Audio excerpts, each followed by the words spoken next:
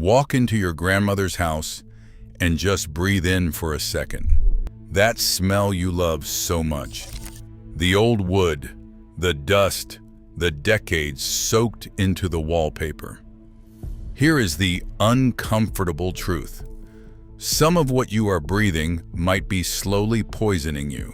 The home your family gathered in for half a century is hiding things that no builder, no factory, and no store in the entire country is legally allowed to sell anymore.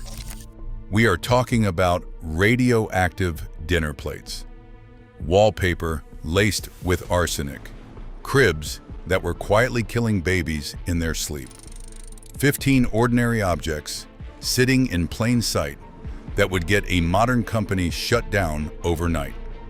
And the very last one is probably still sitting in the garage right now. Here is what makes this so unsettling. None of this was a secret conspiracy.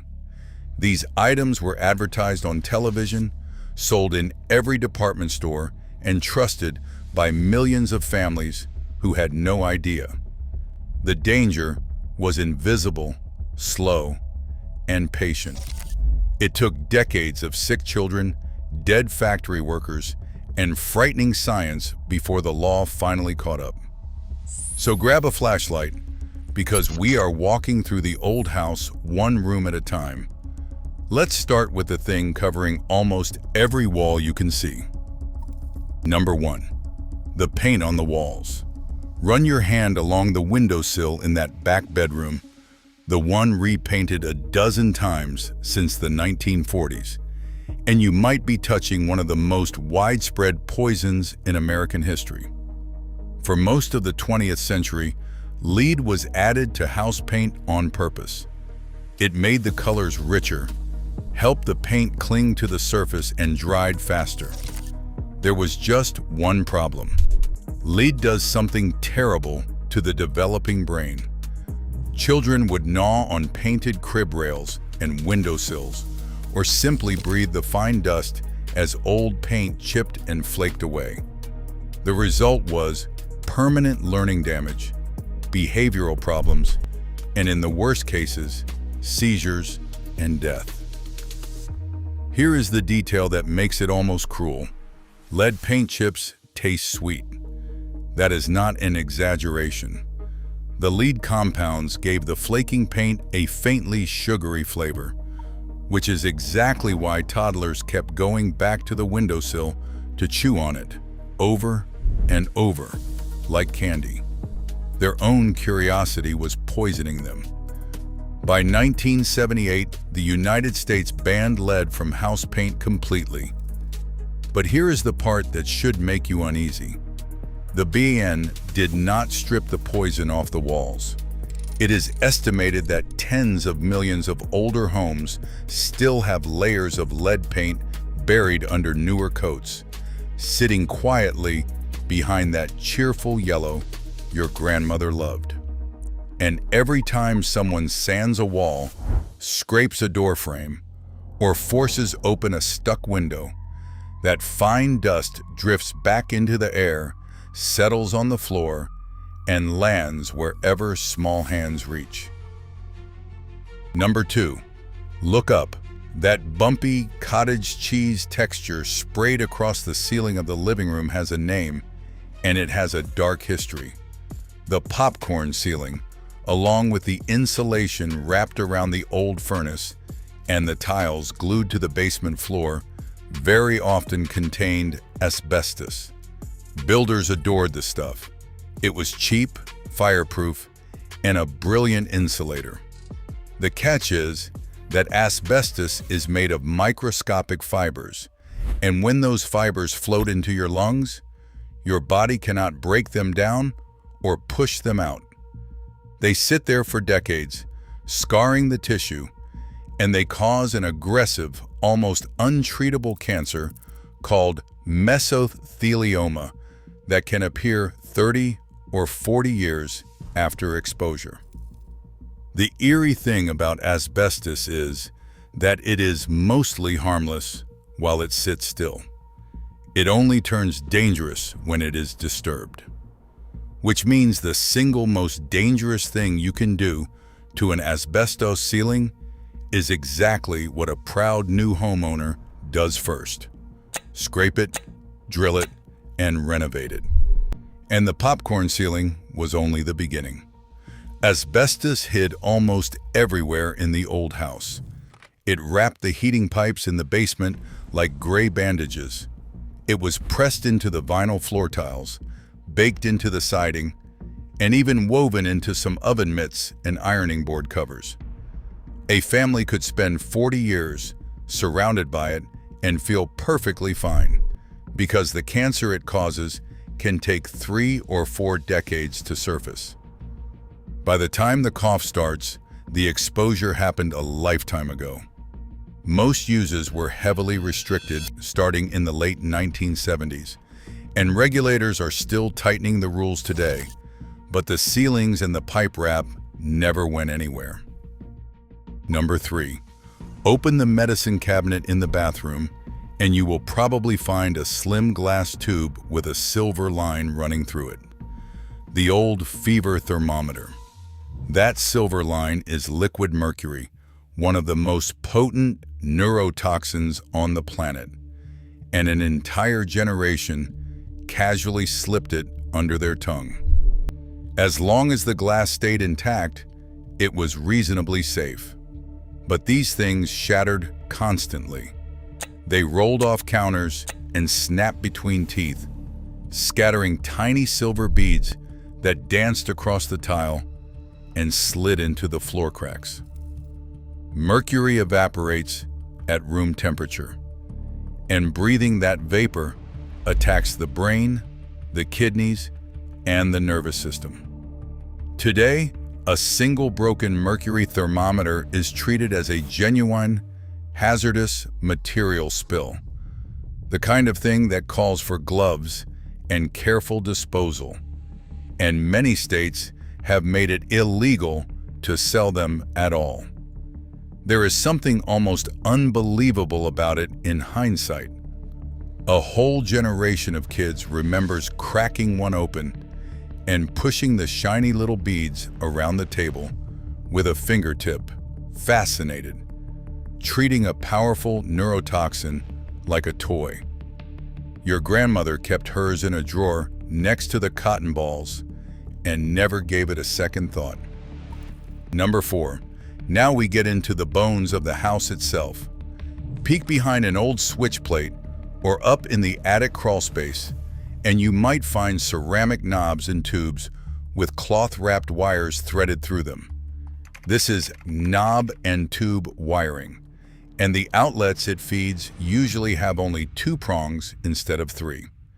That missing third prong is the ground, the safety path that stops a short circuit from electrocuting you or starting a fire.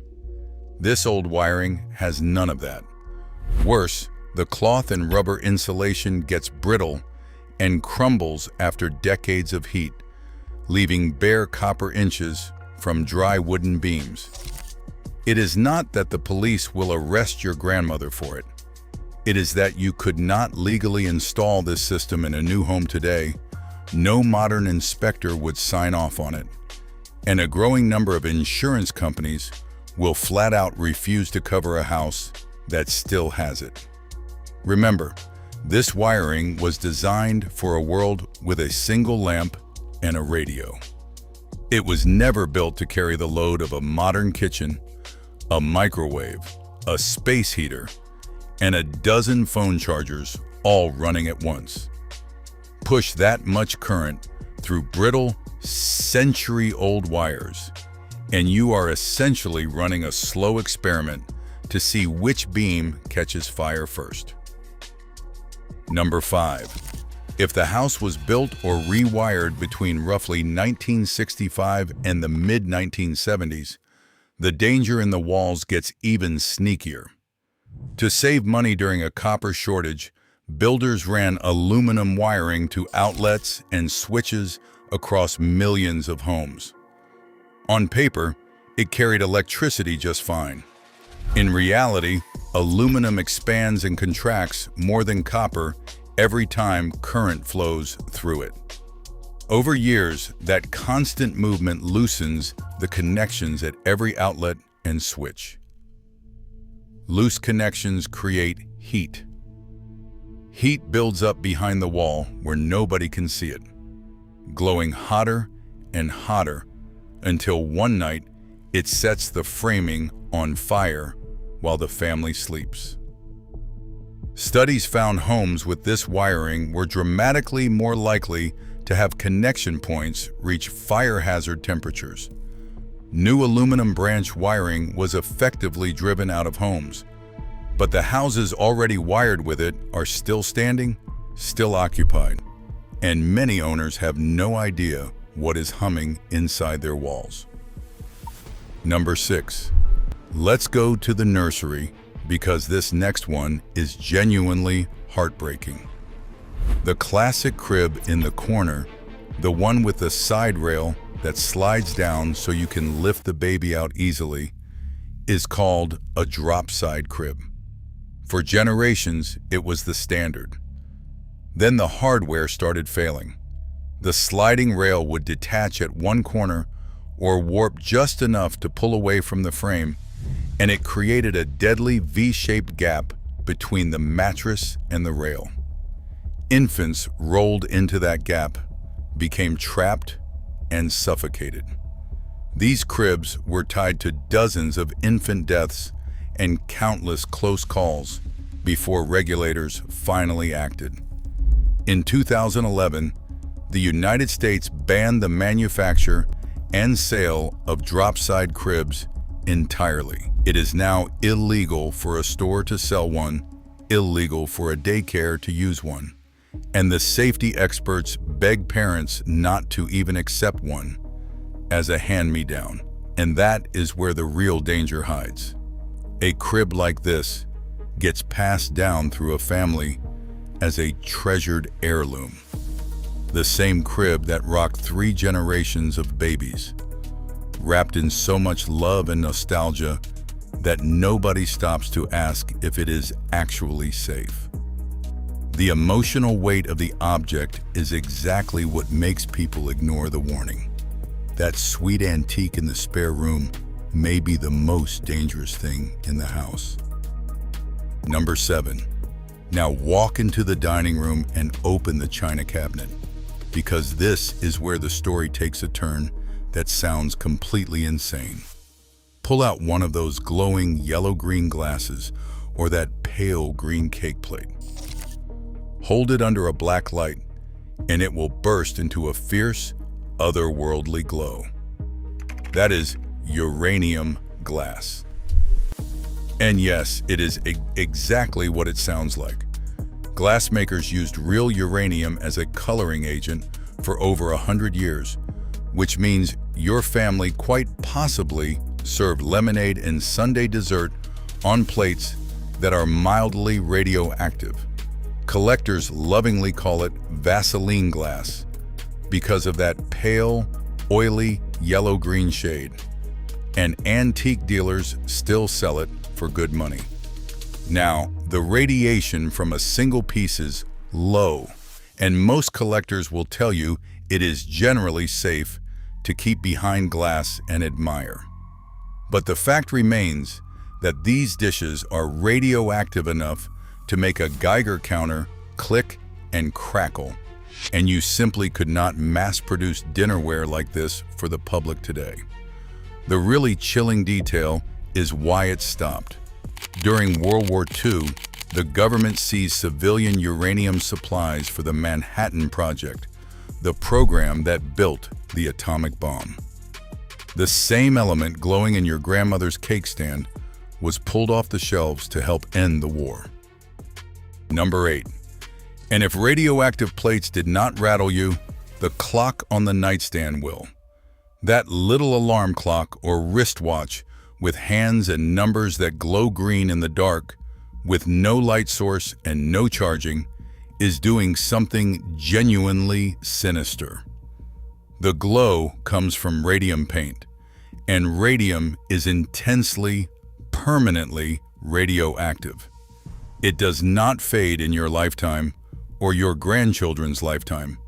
It keeps emitting radiation for over 1,000 years. The most haunting part of this story is not the clock. It is the young women who painted them. In the 1920s, factory workers, known as the Radium Girls, hand-painted these dials, and they were told to lick their brushes to keep a fine point. They swallowed radium with every stroke. Their jaws rotted, their bones broke under their own weight, and many of them died slow, agonizing deaths. Here is a fact that captures just how permanent this poison is. When some of those women were exhumed decades after their deaths, their bones still registered as radioactive. The radium was still glowing inside them long after they were gone. Their lawsuits helped build modern workplace safety law. So that quaint glowing clock is not just banned today. It is a tiny monument to one of the darkest chapters in industrial history, ticking away on the dresser. Number 9. Stay in that bedroom and look at the wallpaper, especially if the house has Victorian bones and a deep, beautiful emerald green. In the 1800s, that rich green color was made using arsenic. Pigments with names like Sheely's green and Paris green produced a green so vivid that wallpaper makers, dressmakers, and even candy makers could not resist it. The trouble is that arsenic is a classic poison, and it did not stay politely stuck to the wall. In a warm, damp room, the paper could release a faint toxic vapor, and flakes of arsenic dust would drift through the air people breathed every single night. Families in arsenic-papered bedrooms reported mysterious illnesses, wasting children, and slow declines that doctors of the era could not explain. There were real cases of people sickening in their own gorgeous, freshly decorated rooms. The bright green that signaled wealth and taste was, in some homes, quietly killing the people who admired it. And it did not stop at the walls. That same arsenic green showed up in ball gowns, in fake decorative flowers, in children's toys, and in candy wrappers, because no other pigment could match its brilliance. There is even a long-running theory that Napoleon was slowly poisoned by the arsenic green wallpaper in the room where he spent his final years in exile. You could never coat a public product in arsenic today, but the original paper is still glued to the walls of historic homes around the world, behind the picture frames, exactly where it was hung. Quick pause, because here is a thought. If these poison objects fascinate you, the rooms these houses lost will haunt you. I gathered 31 of them, the smoking room, the fainting room, the mourning room, into a first edition illustrated encyclopedia called Vanished Rooms, and the link is sitting in the description whenever you want to explore it. Now, back down into the house because the water itself was about to turn against the family. Number 10. Let's head down to the basement and follow the plumbing. That dull gray pipe feeding water into the house, the one that scratches to a soft shine instead of rusting, may be made of solid lead. And even where the pipes are copper, the joints holding them together were very often sealed with lead solder. We already covered what lead does to the brain, especially in children. Now imagine that poison sitting in the very water the family drinks, cooks with, and mixes into a baby's bottle. Lead slowly leaches out of the pipe and the solder into the water, invisible, tasteless, and odorless. It got so dangerous that in 1986, the United States banned lead pipes and lead solder in any plumbing that carries drinking water. But the law could not magically dig up what was already in the ground. Millions of older homes and entire city blocks are still served by lead lines today, which is exactly how a modern city ends up with a poisoned water crisis decades after everyone assumed the problem was solved. Number 11. Back upstairs to the kids' rooms and the linen closet. Pull out a pair of those soft, fuzzy, vintage cotton pajamas, the kind that feel like a warm hug. Here is what nobody advertised. Before federal safety standards, ordinary children's sleepwear could catch fire shockingly fast. Loose, fluffy cotton near a space heater, a stovetop, or a candle could ignite in an instant, and the flame would race up the fabric and wrap around a small body before anyone could react. Children were being severely burned and killed in their own beds and living rooms. So the government created strict flammability standards specifically for children's sleepwear, requiring it to either resist catching fire or fit snugly so there was no loose fabric to ignite. It reshaped what could legally be sold as kids' pajamas.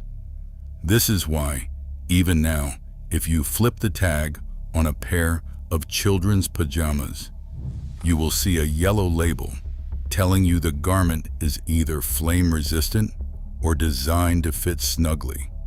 That label exists because of the children who burned before it. That cozy vintage set in the cedar chest, the one that looks so innocent in old family photos, would never pass the safety tests required to put it on a store shelf today. Number 12. Now go out to the backyard shed because the 1970s are about to get dangerous in a whole new way. Tucked in a corner, you might find a set of lawn darts sold under the brand name Jarts. Picture this: a weighted metal spike about a foot long with fins on the back that you hurl high into the air and try to land inside a plastic ring on the grass. A heavy steel javelin marketed as a family game for children. Exactly what you would expect to happen happened. These darts came down with enough force to punch through a skull, and they caused thousands of injuries and the deaths of several children, including young kids hit in the head in their own yards. After a father whose young daughter was killed by a lawn dart campaigned relentlessly against them.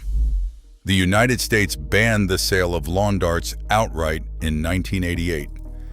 And there is a twist almost nobody remembers today. The darts had actually been restricted once before, then quietly allowed back onto shelves with a few new warning labels, as if a warning sticker could stop a steel spike falling from the sky. It took a child's death to finally end them for good. It is illegal to sell them new to this day, and yet they turn up constantly at estate sales and in dusty garages, a backyard game that was quietly a lethal weapon. Number 13. Walk back toward the house and look at the old refrigerator humming in the garage, the rounded vintage one your grandmother refused to throw out. Open it and feel the door. Notice how it latches shut with a heavy mechanical handle, the kind that locks from the outside and can only be opened by that handle. That design killed children. For decades, kids playing hide and seek would climb inside an old fridge. The door would swing shut and latch, and they could not push it open from the inside. The seal was airtight, the latch held firm, and they ran out of air in the dark. So many children died this way that in 1956, the United States passed the Refrigerator Safety Act, requiring that every refrigerator door be openable from the inside, usually with a magnetic seal a child could shove through. It is one of the few items on this list created by a law named specifically to stop it. That charming retro fridge with the chrome handle represents a death trap the government had to legislate out of existence. And the danger did not vanish with the new law. An old fridge left out by the curb or forgotten in a basement or a field with its latch still working is still capable of doing exactly what it did decades ago. That is why you will see people remove the doors entirely before throwing one away. It is the only way to be sure no child ever climbs in and disappears. Number 14. While you are looking at that old fridge, consider what is sealed inside its coils. If it was built before the mid-1990s, it is almost certainly running on Freon, specifically a refrigerant called R12. The same gas cooled millions of old air conditioners and freezers. For years, it seemed like a perfect invention, stable and efficient. Then scientists discovered something terrifying happening high above our heads. These chemicals, called CFCs, were floating up into the stratosphere and tearing apart the ozone layer, the invisible shield that protects every living thing on Earth from the sun's most dangerous radiation. A growing hole was opening over the planet. The world responded with a global treaty called the Montreal Protocol, and the United States phased out the production of R12, making it effectively impossible to buy. It is strange to think about now, but for decades you could walk into any auto parts store and grab a cheap can of this ozone-destroying gas off the shelf to top off your car's air conditioner in the driveway. Today, that same gas is so tightly controlled that only certified technicians can legally handle it. But here is the lingering threat. The gas is still trapped inside that old appliance, and if someone scraps the fridge carelessly and lets it leak, that banned ozone-destroying chemical escapes straight into the sky. Number 15. And finally, the one that is probably still sitting on a shelf in that shed right now. Look for a faded can or a paper bag of old insecticide and check it for 3 letters, DDT. For a brief, glorious moment, in the mid-20th century, DDT looked like a miracle. It wiped out the mosquitoes that spread malaria, protected crops, and was sprayed so freely that there is old footage of children running through clouds of it at the beach for fun. Then a biologist named Rachel Carson connected the dots in her book about a silent spring with no birdsong. DDT did not break down. It built up in the soil, washed into the water, climbed up the food chain, and accumulated in the bodies of fish, birds, and eventually humans. It was thinning the eggshells of bald eagles to the point of near extinction, and it was settling into human fat tissue with effects we were only beginning to understand.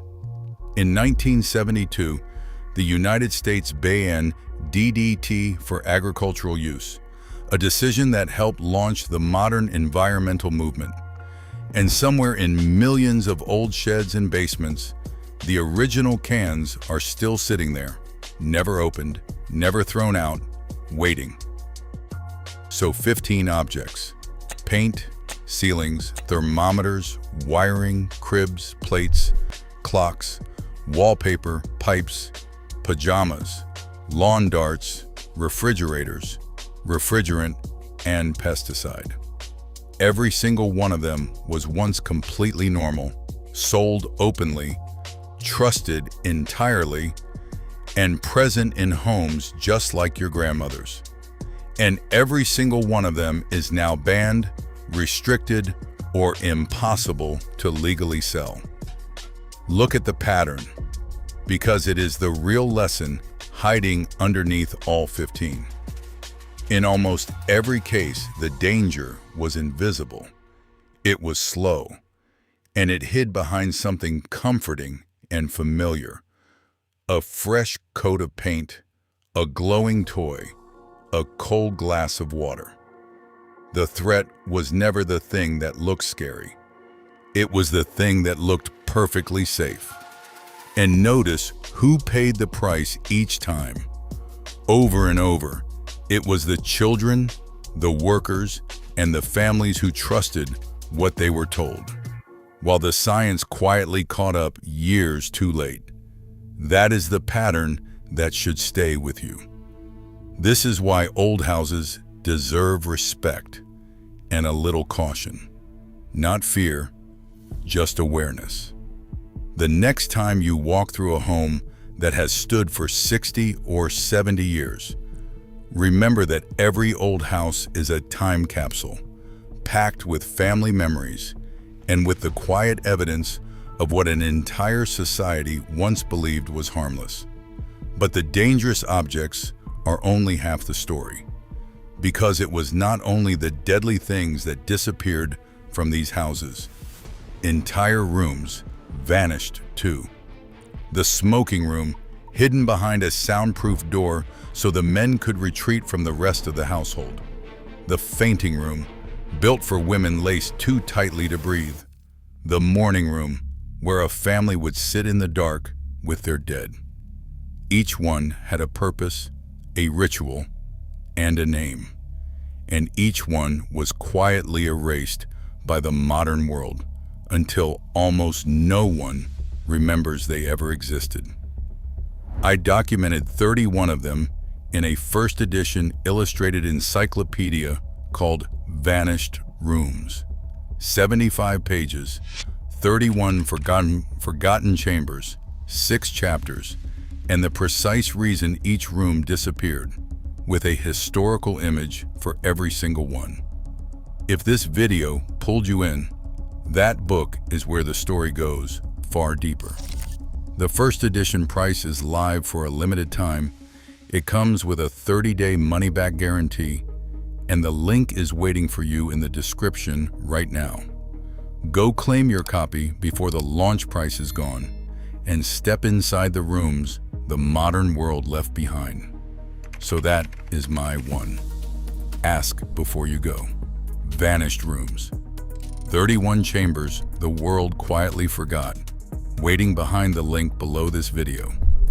The first edition price ends soon, and once it does not come back. Open the door before it closes for good.